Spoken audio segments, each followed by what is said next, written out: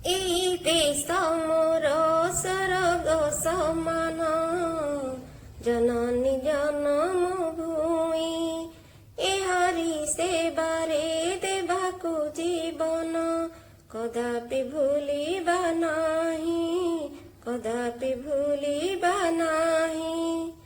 पिलामाने तुमे सेही मो प्रिय जन्मभूमि पद्यटी पढ़ी सारिछ। वर्तमान आज आमे सेथर सेही पाठर प्रश्न उत्तर विषय रे कथा हेबा।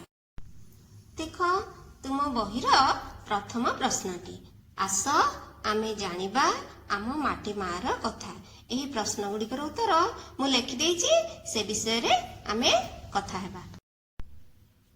देख तुमर क नंबर प्रश्नटी हला आम देशर नाम कौन?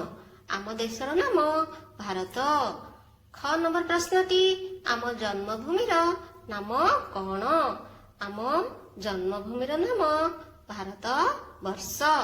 ग नंबर प्रश्नटी देख जन्मभूमिर पाद किए धोई दिए?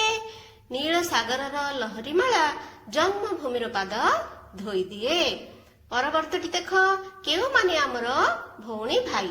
आम देशर सहर और गाँव रे रहउथिबा सबु पिला आमर भौणी भाई।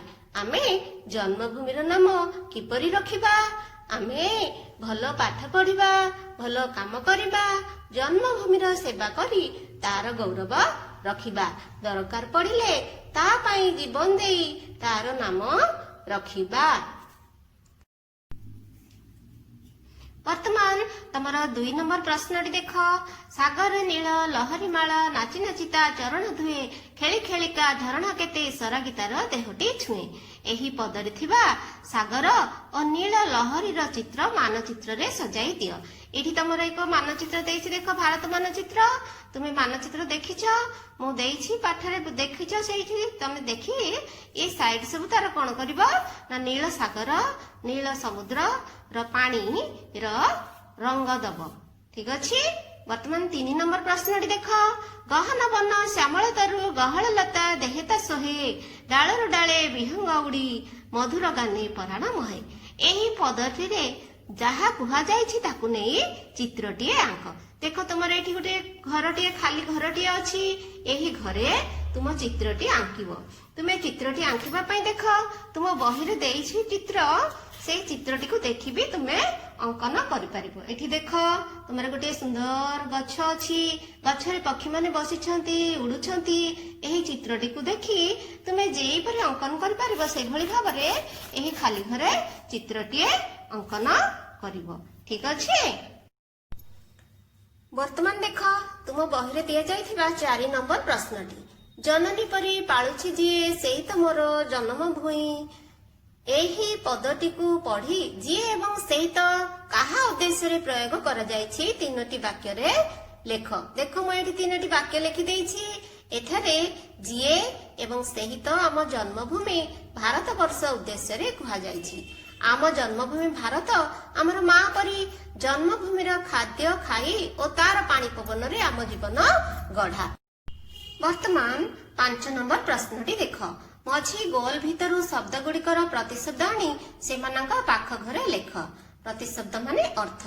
ठीक से भली देख ए गोल भितरे तुमर सब लेखा जाइछि भगिनी माता सासु पशु पक्षी पिता मिठा सफा कस्ता खरा चंद्र किरण जन्म गोलिया सूर्य। आ भितर बाछि कोठी केउन जगह रे केउन शब्दटी हबो तुमे लेखिबो। मु लेखि देछि देख जननी कहले माता, माता को आनी एठी लेखिली। विहंग पक्षी, पक्षी एठारे अछि एठी लेखिली। मधुर, मधुर अर्थ मिठा, मिठा ए भितरे अछि तुमे खोजिबो एठी एठी अछि मु लेखिली। वर्तमान देख जुच्छना, जुच्छना चंद्र किरण, चंद्र किरण एठी लेखिली। विमल, विमल कहले सफा, सफा एठु आनी एठी लेखिली। शशि, शशि कहले कोन तुमे जानिछ? शशि कहले जह्न, जह्न को आनी एठी लेखिली। ठीक अछि। वर्तमान 6 नंबर प्रश्नटी देख सेही देशर पल्लीपुरे आपणा पर विचार नाही सेही देशर केउ देश को बुझाउछि? सेही देशर अर्थ आम भारत देश को बुझाउछि। एठी पल्लीपुरे अर्थ कोन?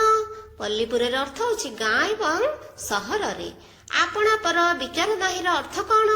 ଆପଣାପର ଅର୍ଥ ହେଲା ନିଜର, ଅନ୍ୟର, ନିଜର ପରର ଏଇ ସବୁ ଭେଦଭାବ ନାହିଁ। ଠିକ ଅଛି। 7 ନମ୍ବର ପ୍ରଶ୍ନଟି ଦେଖ। 7 ନମ୍ବର ପ୍ରଶ୍ନଟି ହେଲା କୋଠରୀ ଭିତରୁ ଶବ୍ଦ ଆଣି ଶୂନ୍ୟ ସ୍ଥାନ ପୂରଣ କର। ଏବେ ତାକୁ ପଢ। ଦେଖ ତୁମର ଏଠି ଗୋଟେ କୋଠରୀ ଅଛି। ସେଇ କୋଠରୀରେ ଲେଖାଯାଇଛି ଗୀତ, ଚକିତ, ଜଗତ, ଭାରତ, ମହତ। ଏ ଭିତରୁ କେଉଁ ଶବ୍ଦଟି କେଉଁଠି ଲାଗିବ ଆମେ ଆଣି ଲେଖିବା। ଦେଖ ସାରା ଜଗତରେ ଆମ ଭାରତ, ଶୁଣାଇ ସଭିଙ୍କୁ ଶାନ୍ତିର ଗୀତ, ପୃଥିବୀବାସୀଙ୍କୁ କରେ ଚକିତ, ଆଶରେ ରଖିବା ତାର ମହତ। ଠିକ ଅଛି। ବର୍ତ୍ତମାନ 8 ନମ୍ବର ପ୍ରଶ୍ନଟି ଦେଖ। ଯେପରି ମଧୁର ଗାନ ଶବ୍ଦକୁ ଯୋଡା ଯାଇଛି, ଠିକ ସେହିପରି ତଳ ବନ୍ଧନୀ ମଧ୍ୟରୁ ଶବ୍ଦ ଆଣି ଚିତ୍ରର ଦୁଇ ପାଖ ଘରେ ଲେଖ। ମଝିରେ ଚିତ୍ର ଅଛି, ତାକୁ ଦେଖି ଆମେ ଦୁଇ ପାଖରେ ଶବ୍ଦ ଲେଖିବା। ଦେଖ ଚିତ୍ରଟିକୁ ଦେଖି ମୁଁ ଲେଖିଲି। ଦେଖ ଗହନ ବନ, ଗହଳ ଲତା, ଶ୍ୟାମଳ ତରୁ, ନୀଳ ସାଗର। ଦେଖିଲ ନା? ଏଇ ସବୁ ଶବ୍ଦ ଗୁଡିକ ମଧ୍ୟ ତୁମର ଏଇ ତଳ କୋଠରୀରେ ଲେଖା ଯାଇଯାଇଛି। ଏଇ ତଳ କୋଠରୀରୁ ବାଛି ଚିତ୍ରକୁ ଦେଖି ଆମେ ଠିକ ସ୍ଥାନରେ ଠିକ ଶବ୍ଦଟିଏ ଲେଖିବାକୁ ପଡିବ। ଠିକ ଅଛି। ବର୍ତ୍ତମାନ 9 ନମ୍ବର ପ୍ରଶ୍ନଟି ଦେଖ। ଯେପରି ଖେଳି ଖେଳି ହୁଏ ଖେଳି ଖେଳିକା, ସେହିପରି କଣ ହେବ ଲେଖ। ହସି ହସି, ନାଚି ନାଚି, ବସି ବସି, ଗାଇ ଗାଇ। ଯେଇଭଳି ଖେଳି ଖେଳି ଖେଳି ଖେଳିକା ହେଲା, ଠିକ ସେହିପରି ହସି ହସି, ହସି ହସିକା, ନାଚି ନାଚି, ନାଚି ନାଚିକା, ବସି ବସି, ବସି ବସିକା, ଗାଇ ଗାଇ, ଗାଇ ଗାଇକା। ବର୍ତ୍ତମାନ 10 ନମ୍ବର ପ୍ରଶ୍ନଟି ଦେଖ। କାହାର କାହା ସହ ସମ୍ପର୍କ ଅଛି ଗାର ଟାଣି ଦେଖାଅ।